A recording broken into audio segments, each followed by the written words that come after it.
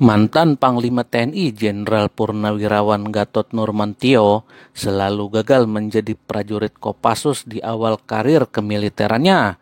Cita-cita ini baru terwujud ketika Gatot sudah menjadi Kepala Staf Angkatan Darat atau Kasat.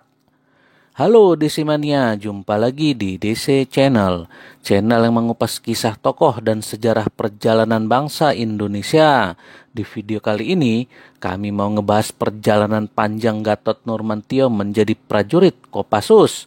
Gatot bergabung secara resmi di Korps Baret Merah pada usia 55 tahun ketika menjadi Kasat. Itu adalah umur tertua prajurit TNI yang bergabung di Kopassus. Biasanya, seorang prajurit TNI masuk ke Kopassus di awal karir kemiliterannya. Bagaimana ceritanya? Gatot bisa mengikuti pendidikan komando di usia yang tidak lagi muda? Tonton terus video ini ya. Gatot Nurmantio lahir di Tegal, Jawa Tengah pada 13 Maret 1960. Ayahnya, Suwantio, seorang pejuang kemerdekaan yang pernah menjadi tentara pelajar. Sedangkan ibunda Gatot, anak seorang kepala Pertamina di Cilacap, Jawa Tengah. Di masa Perang Kemerdekaan, ayah Gatot pernah menjadi anak buah Jenderal Gatot Subroto. Di mata Suwantio, Gatot Subroto adalah pemimpin yang karismatik. Mengidolakan sosok Gatot Subroto membuat Suwantio memberi nama anak pertamanya Gatot Nurmantio. Ayah Gatot Nurmantio pensiun dengan pangkat terakhir Letnan Kolonel Infanteri. Jabatan terakhirnya adalah Kepala Kesehatan Jasmani di Kodam Merdeka, Sulawesi Utara. Karena anak tentara, sejak kecil Gatot hidup berpindah-pindah. Setelah dari Tegal, ia pindah ke Cimahi, Jawa Barat hingga kelas 1 sekolah dasar. Setelah itu, ia pindah ke Cilacap sampai kelas 2 SMP, lalu pindah ke Solo hingga tamat SMA. Setamat SMA, Gatot Nurmantio ingin menjadi arsitek seperti Bung Karno. Ia lalu mendaftar ke Universitas Gadjah Mada atau UGM. Mengetahui anaknya mau masuk UGM, ibundanya berpesan, "Ayahmu hanya seorang pensiunan. Kalau kamu masuk UGM, maka adik-adikmu bisa tidak sekolah." Hati Gatot terenyuh mendengar pesan sang ibunda. Ia tak ingin egois. Gatot tak mau dua adik perempuannya tidak bisa sekolah hanya gara-gara dirinya. Akhirnya Gatot mengurungkan niatnya kuliah. Dia berangkat ke Semarang, mendaftar akabri melalui Kodam Diponegoro. Sekembali dari Semarang, Gatot memberitahu ibunya sudah mendaftar ke akabri. Ibunya langsung mengizinkan dan memberi pesan, "Jika kamu menjadi tentara, kamu harus menjadi anggota RPKAD." Menurut Gatot, ibunya terobsesi anaknya menjadi anggota RPKAD karena rumah orang tua ibunya dekat dengan markas RPKAD di Cilacap. Setelah lulus Akabri 1982, Gatot Nurmantio berusaha masuk menjadi anggota Kopassus, nama baru dari RPKAD. Menjadi anggota Kopassus tidaklah mudah.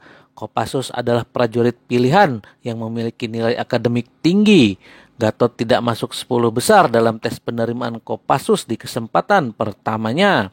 Saat berpangkat Letnan 1, Gatot kembali mendaftar jadi Kopassus. Usahanya belum berhasil. Ketika berpangkat kapten, saat bertugas di pusat latihan tempur di Batu Raja Sumsel, ia kembali mendaftar masuk Kopassus dan kembali tidak diterima. Habis sudah kesempatan Gatot untuk menjadi anggota Kopassus sebagaimana amanat sang ibu. Ia hanya bisa berdoa kepada Allah agar suatu hari bisa diterima menjadi prajurit Kopassus. Perjalanan karir militer Gatot dimulai sebagai Komandan Peleton 2 Kompi C 315 tahun 1982. Ia lalu menjadi Komandan Kompi B Yonif 320 Badak Putih, lalu menjadi Komandan Kompi C Yonif 310 Kidang Kancana. Gatot kemudian menjadi Ajudan Pangdam Siliwangi tahun 1983, dilanjutkan dengan berbagai jabatan lain, seperti Komandan Batalion 731 Korem 174 Patimura di tahun 1996, lalu menjadi Komandan Kodim 1707 Merauke tahun 1997. Gatot kemudian menjadi Komandan Kodim 1701 Jayapura di tahun 1998 dan menjadi staf pribadi Wakasat tahun 1999. Pada tahun 2001, Gatot dipercaya memangku jabatan Komandan Brigif 1 Pengamanan Ibu Kota Jaya Sakti Kodam Jaya.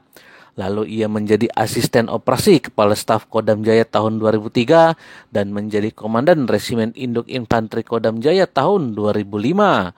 Dia juga menjadi Komandan Korem 061 Surya Kencana Kodam 3 Siliwangi tahun 2006. Pada tahun 2007, saat berpangkat Brigjen, Gatot menjabat Kepala Staf Divisi 2 Kostrat. Di tahun 2013, Gatot Nurmantio diberi kepercayaan memangku jabatan strategis sebagai Panglima Kostrat. Pada 25 Juli 2014, Gatot memangku jabatan sebagai Kepala Staf Angkatan Darat. Tak lama setelah pelantikan, Gatot Nurmantio memanggil Danjen Kopassus Maijen Agus Sutomo. Kepada Agus, Gatot menyampaikan keinginannya mendaftar pendidikan Kopassus. Gatot tetap ingin menuntaskan amanat sang ibu agar dirinya menjadi bagian dari Korps Baret Merah. Tidak usah ikut pendidikan, Pak. Nanti bapak saya kasih brevet kehormatan saja, ujar Agus kepada Gatot. Gatot Nurmantio menolak. Ia bersikukuh mau mendapat baret merah melalui jalur normal. Maka masuklah Gatot menjadi siswa Kopassus. Ia mengikuti semua prosedur normal, mulai dari pendaftaran, ujian hingga pelatihan. Gatot melalui ujian yang keras, antara lain senam jam 2 pagi, lalu direndam di kolam suci Kopassus di Batu Jajar. Ia kemudian melakukan long march hingga berenang militer selama lebih dari 2 jam dari pantai Cilacap ke Pulau Nusa Kambangan pada malam hari.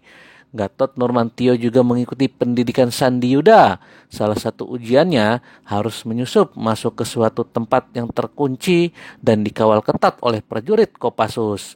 Gatot lolos mulus. Gatot Nurmantio akhirnya dinyatakan lulus semua tahapan pendidikan komando di usia yang tidak lagi muda 55 tahun. Dia resmi diangkat menjadi keluarga besar Korps Baret Merah di Pantai Permisan Cilacap, Jawa Tengah pada 2 September 2014.